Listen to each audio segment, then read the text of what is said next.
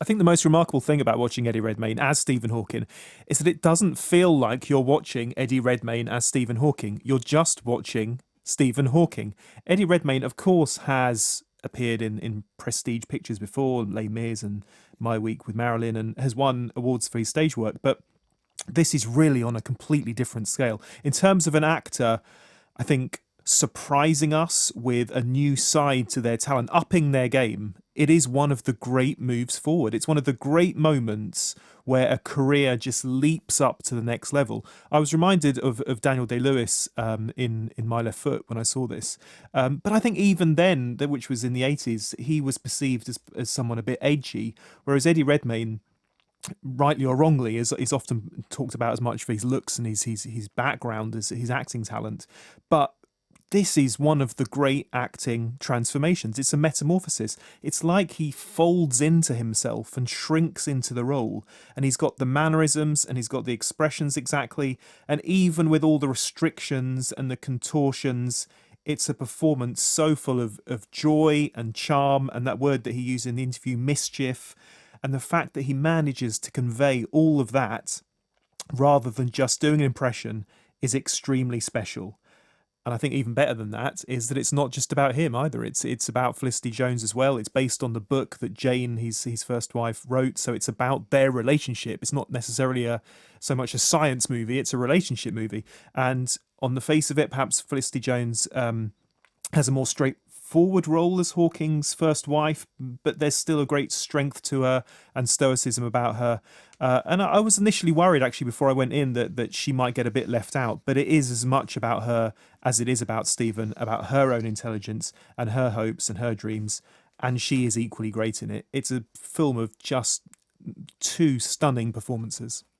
I completely agree with you. I mean, Felicity Jones, I thought was fantastic. And as I mentioned, the others in the interview, David Thewlis and Simon McBurney, are all great anchor points.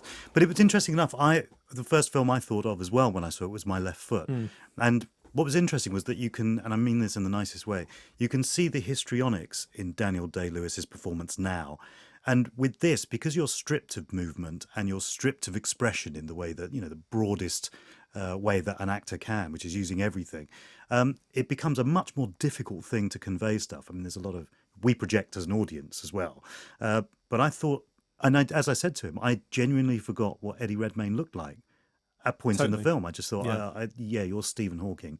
What does the actor look like? I've got some correspondence on this here. This is from Elaine Bennett in Colchester, who says, yesterday saw us excavating ourselves from under the pile of blankets on our sofa, pushing aside half-eaten plates of cheese.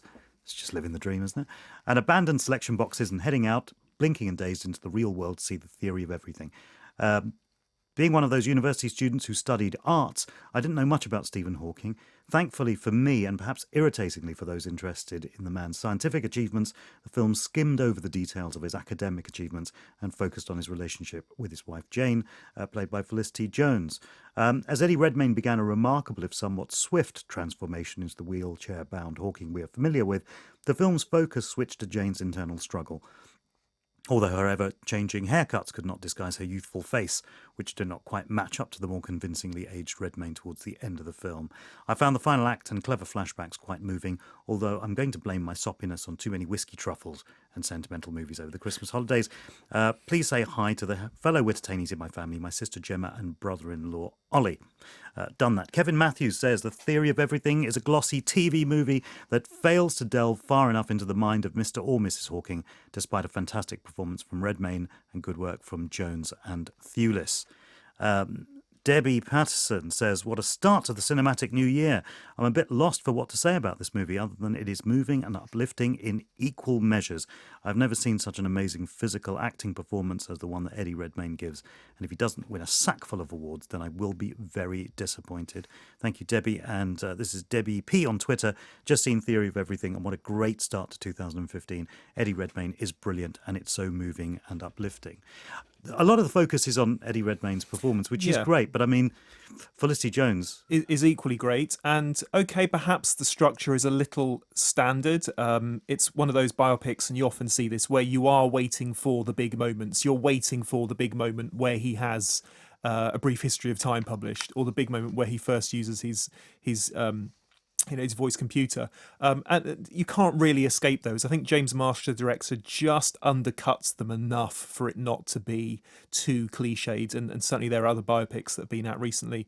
The Imitation Game, for example, which has a lot of comparisons, I think was a lot more clunky in that respect, whereas I think Theory of Everything has much more style and elegance to it. So yes, it is so much about the performances, but I think there is also some beauty to it as well from the director. I think also apart from the performances that make it feel epic, it's also Stephen Hawking's own personal story, which is quite a phenomenal story. I didn't know that, for instance, I didn't know how young he was when he was first diagnosed with motor neuron. He was 21.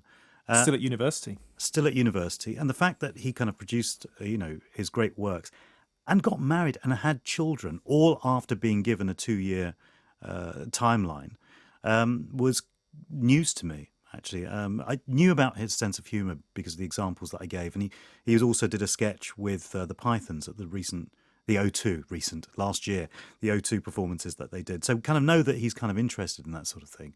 But there was a lot about Stephen Hawking as a person that I felt I learnt from the film.